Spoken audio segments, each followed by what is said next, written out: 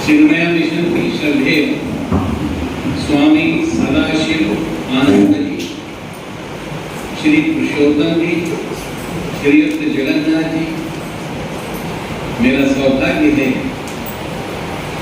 कि अध्यापक वृंद के बीच में उनको कुछ अपने टूटे टूटे शब्द कैसा अध्यापक होना चाहिए और कैसा विशुद्ध अध्यापक होना चाहिए, एक्सीलेंट टीचर होना चाहिए, इसके बारे में मुझे कुछ शब्द कहने का अनुमति जो आपने दिया, ये मेरा सौभाग्य है। विश्व में कई तरह के शब्द प्रचलित हैं। हम अपने देश में शिक्षक कहते हैं, आचार्य कहते हैं और गुरु कहते हैं। उसी को विदेश में दूसरी भाषाओं में एजुकेटर कहते हैं, एग्जाम्पल कहते हैं, इन्फ्लुएंस कहते हैं।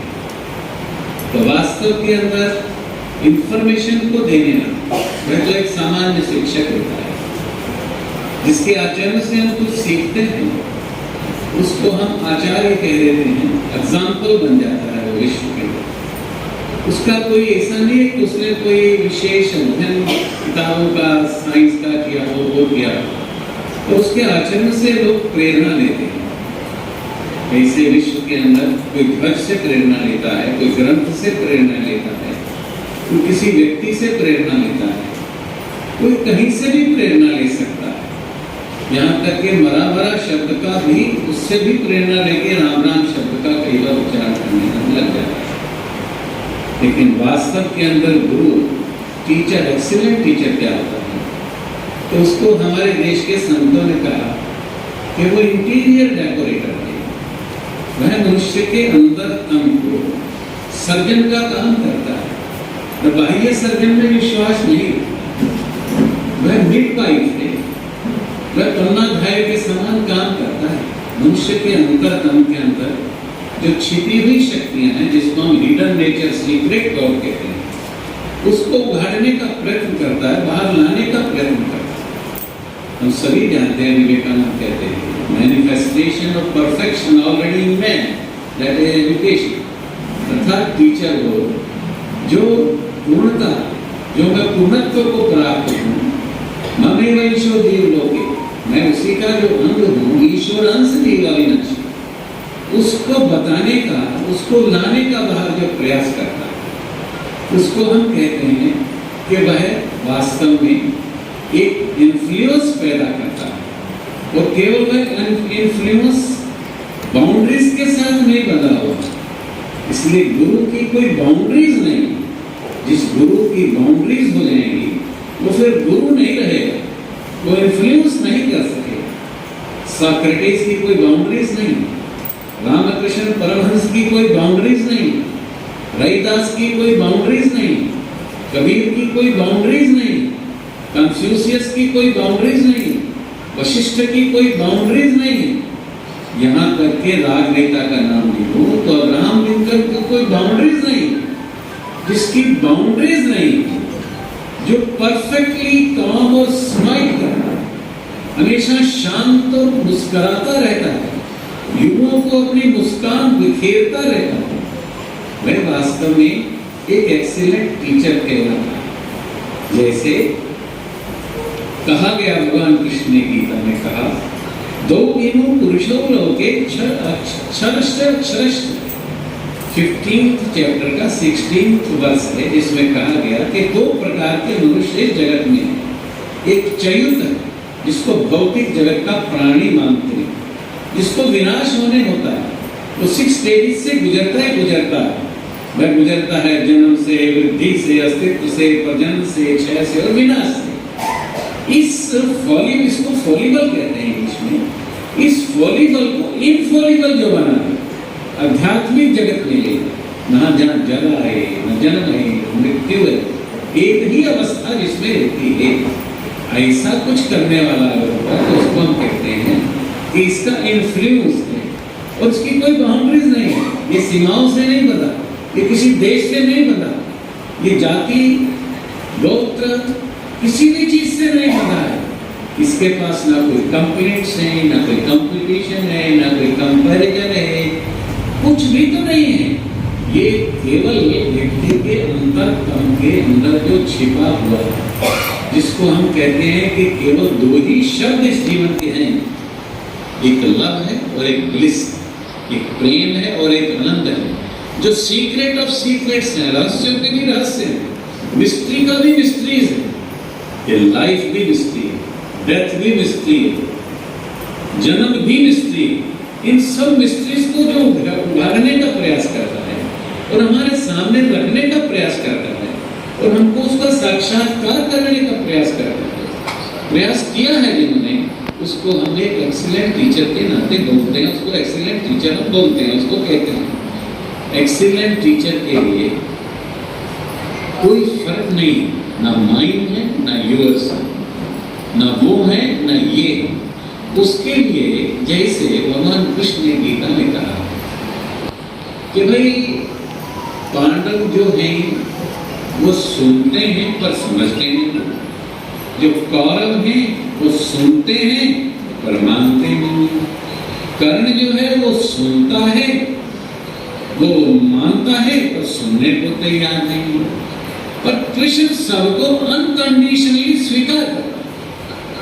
इसी को उद्धव गीता कहते हैं, इसको उद्धव गीता भी कहते हैं, इसको दत्तात्रेय लिंगु का संवाद भी कहते हैं।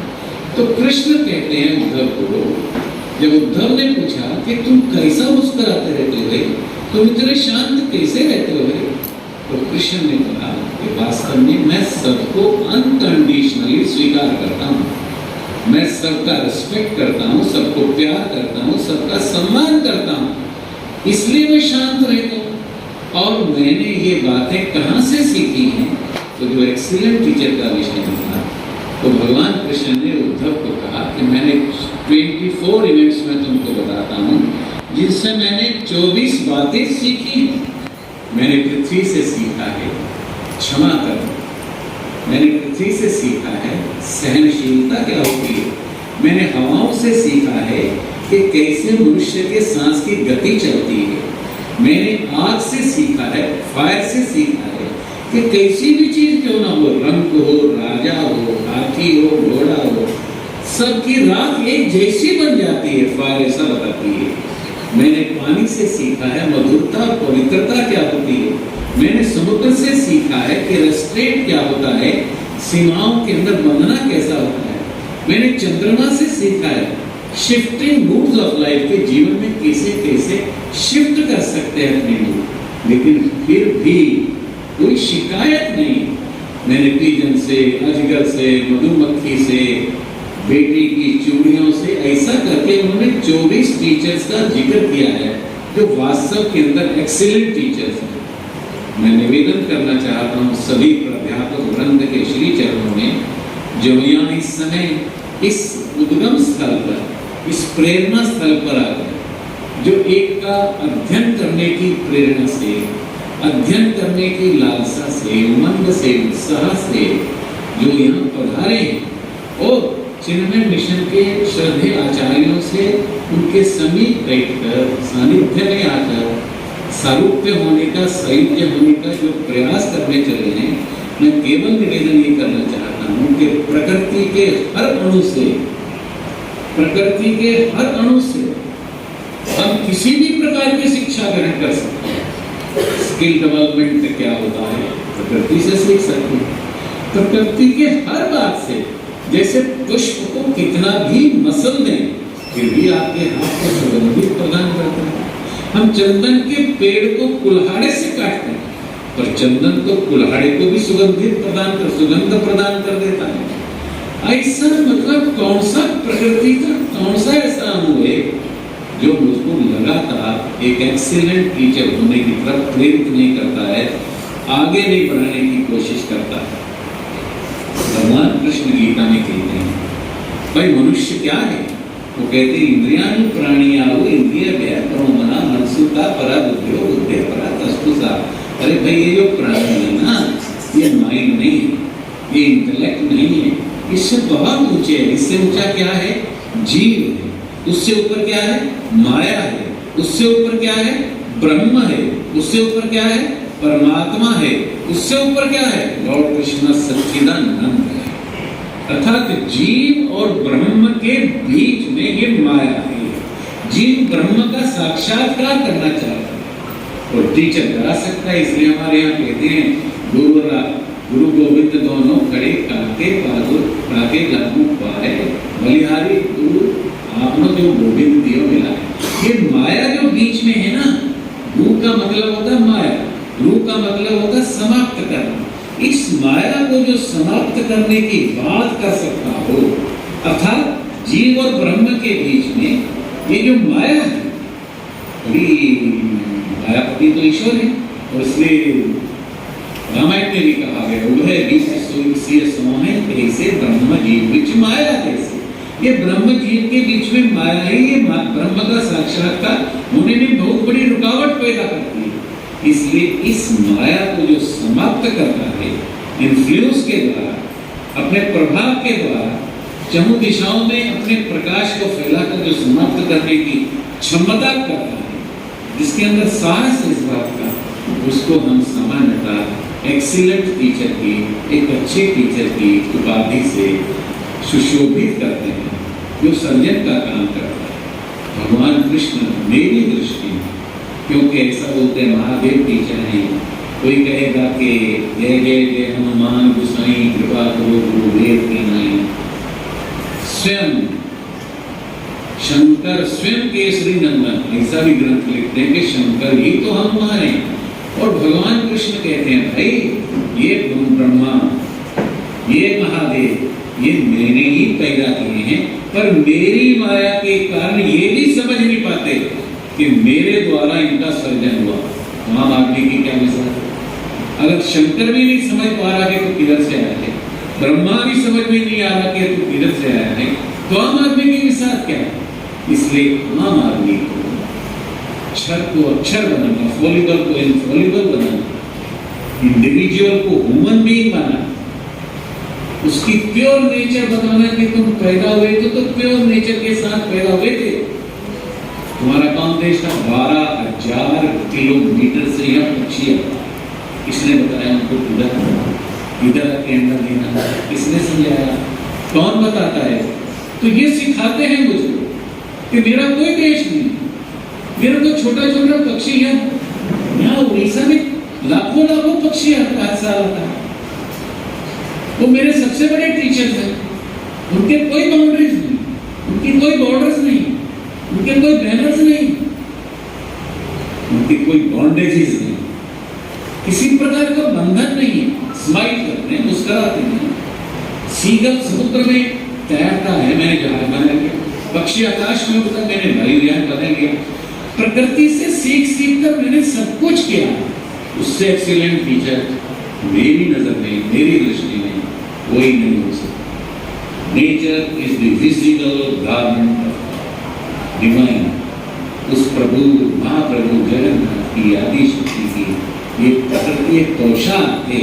इस पोशाक के बीच में घुस जाइए, इसके बीच में घुसने से फिर इंस्टिंक्ट पैदा होता है, इसके बीच में घुसने से रमन पैदा होता है, इसके बीच में घुसने से बैक्टीरिया पैदा होता है, इसके बीच में घुसने से ही सोक्रेटिस, वशिष्ठ, जितने भी आचार्य हैं, टीचर हैं, इसके बीच में घुसने से पैदा होते हैं।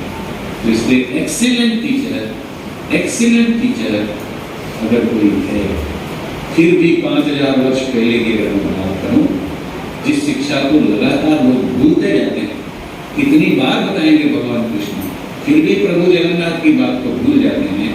तो प्रभु जगन्नाथ को, भगवान कृष्ण को ही आद्य योगेश्वर नहीं है, भुवनेश्वर नहीं है, विश्वेश्वर नहीं है, सर्वेश्वर नहीं है, परमेश्वर नहीं है, आदि शक्ति नहीं है, और सबके गुरु भी नहीं है। अर्जुन जैसा भी बड़े से बड़ा टेक्नोक्रेट मूर्छित होकर पड़ जाता है, तो उसको भी। और एक और बात जो विशेष रूप से मैं निवेदन करना चाहता हूँ, गुरु स्टूडेंट की तलाश करता है, स्टूडेंट गुरु की तलाश नहीं कर सकता। रामकृष्ण परमहंस ने विवेकानंद को ने अर्जुन को कहा, वशिष्ठ ने राम को कहा, द्विजानंद ने दयानंद को कहा। टीचर ही तलाश करता है, टीचर ही एक्सीलेंट टीचर ही तलाश करता है क्लास में भी कौन स्टूडेंट है जो आगे बढ़कर क्या कर सकता है। एक्सीलेंट टीचर बेसिकली मुझे लगता है कि प्रकृति की गोद में बैठने से ऐसा लगेगा कि आप आदि शक्ति की गोद में बैठकर जो लोरियां सुनेंगे, जो आप उनसे संगीत सुनेंगे, वही संगीत आज का सबसे बड़ा अध्ययन कहिए, अध्यात्म कहिए, वही सबसे बड़ी शिक्षा कहिए, वही दीक्षा कहिए। मुझे आपने यहाँ पर मैं स्वयं उपस्थित नहीं हो सका, विनम्रता से क्षमा चाहता हुआ, फिर भी आपने मुझे अवसर प्रदान किया है कि आपके बीच में मैं रहकर वर्चुअल कॉन्फ्रेंस के माध्यम से अपनी दो बात कह सकूँ। उसके लिए मैं आपका कोटि कोटि धन्यवाद करता हूँ, चरणों में प्रणाम करता हूँ। वंदे